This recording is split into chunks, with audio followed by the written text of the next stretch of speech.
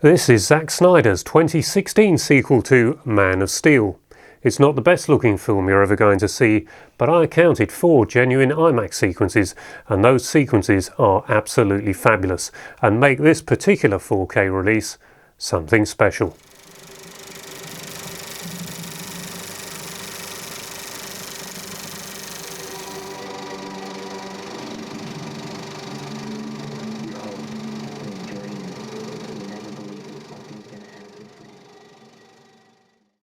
This film was a bit of a blockbuster. It had an estimated cost of $250 million and it took at the worldwide box office $874 million. The original running time was 2 hours and 32 minutes, but this Ultimate Edition comes in at just over 3 hours. The aspect ratio is mainly 2.40 to 1, but the IMAX sequences do cut to the normal IMAX frame of 1.43 to 1, meaning we get black bars down the sides rather than a massive image covering an enormous screen, as would have been seen if you'd have seen this at a genuine IMAX cinema. The sound is Dolby Atmos, and other than a couple of scenes where the dialogue is muffled and almost completely indiscernible, I think it will be among the best of any film you've ever heard, most notably, of course, during the battle sequences. But that dialogue does let it down at times. I don't think it entirely matters. It doesn't really upset the plot, and it may be different on your system. Certainly unusual to hear muffled dialogue in here. I know a lot of people complained about that on previous Christopher Nolan IMAX films, so perhaps this was a bit of a carryover and it was just worse in here than it was on, shall I say, Tenet. Besides 1570 IMAX, there were a whole raft of filming formats used to put this picture together. There was some video shot at 3.4K and even a GoPro used for some shots, but we also had Super 16, Super 35, anamorphic scope 35 and Super Panavision 70, which was used for such films as 2001: A Space Odyssey. So quite some artistry went into putting this picture together, but perhaps that explains the variable nature of the image at times, most notably I think when the Super 16 shots are on the screen, and it does seem to have a particularly coarse grain structure at that time. It may not be the 16, it may be something else, but I do suspect 16mm would be the reason for that particularly coarse grain structure, because of course it's a much smaller frame size and it's therefore being blown up much bigger.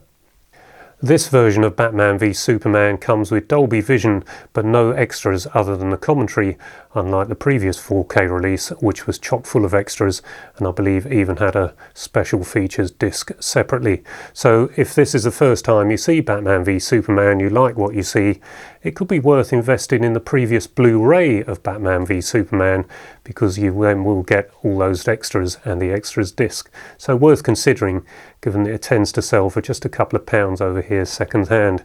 I actually picked this one up from CEX for just £10 and I think it's rather good value. I rewatched Man of Steel a few days before sitting down to watch Batman v Superman. I still don't care for Man of Steel much, but it was much better second time around, I have to admit, and I in fact rather enjoyed the first half of the film. But when it comes to all the action, I think it's far too quick and difficult to make out what's actually going on. So I think that's largely why I didn't like this. But also I think I was expecting a sequel to the previous Superman film, Superman Returns, where Brandon Routh rather replicated the role of Christopher Reeve, and I thought that worked extremely well. I really enjoyed this. It was one I saw at the BFI IMAX and they had 3D sequences down there, and it really was quite special flying into that plane crash or to save the plane. Worth seeing in 3D. I don't normally like 3D, but that was one, and I felt like I was actually going down there with Superman. I didn't feel there was enough of Batman in this. It could be that I just need to give it a second watch, but for me it felt more like a Superman film, and I do think it would have been better if it didn't have Wonder Woman in it, but maybe she'll grow on me. However, I do think that if you don't know the comics, it's not really made clear who Wonder Woman is, and it takes a while before you realise that she's actually Wonder Woman, another superhero. But I expect she was put into the mix in order to introduce the next film, which of course is Justice League. At one stage the Lex Luthor character appears with a prison shirt on, and he's got a number TK421. Now, I'm one of those sad movie fans that spotted the Star Wars reference there immediately, and that was a stormtrooper who was overcome by Luke Hamill and Harrison Ford when they land the Millennium Falcon inside the Death Star, and then we get the dialogue, "TK421, why aren't you at your post?" As soon as that came on, I spotted it, and I thought that's got to be deliberate, so I looked it up, and it's under the 10 things you will have missed in Batman vs Superman. Well, I'm afraid I didn't miss them. I expect many of you out there didn't either, but I just thought I'd mention that. Zack Snyder's obviously alright. He's a Star Wars fan. So, did I think this film was good enough for me to want to sit down and watch Zack Snyder's Justice League? Maybe. I'm not sure of Henry Cavill as Superman nor Ben Affleck as Batman, but it's plain to see that they put everything they could into these roles, and Ben Affleck, you really wouldn't recognise him from his previous acting performances, because his body now, or at least for this, was enormous, so you've got to admire the commitment that these chaps put into these roles, and who knows, just like the Wonder Woman character, maybe they'll grow on me. I don't think I can recommend this film for everyone. I do think it's around half an hour too long, but possibly aimed more at youngsters rather than those of us now well into our 20s.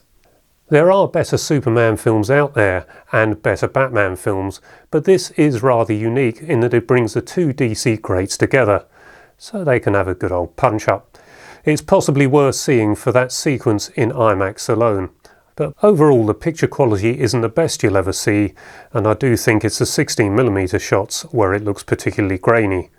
The previous release was all in the 2.40:1 aspect ratio, I believe, so even though many may think it's preferable to see the full 1:43:1 IMAX frame, as in this newer release, the original clarity of that IMAX frame will be retained in the cropped image of the original release.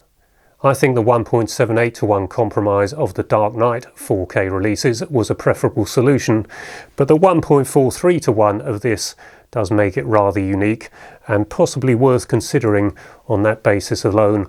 But of course you do have the sound, which is rather superlative, except, as I said, for some slightly muffled dialogue at times. But I'm pleased I got it, I'm pleased I was hassled to see it, and I think I might just take a look at the Justice League next. But having seen that that's 4 hours long, I do hope it's got an interval in the middle.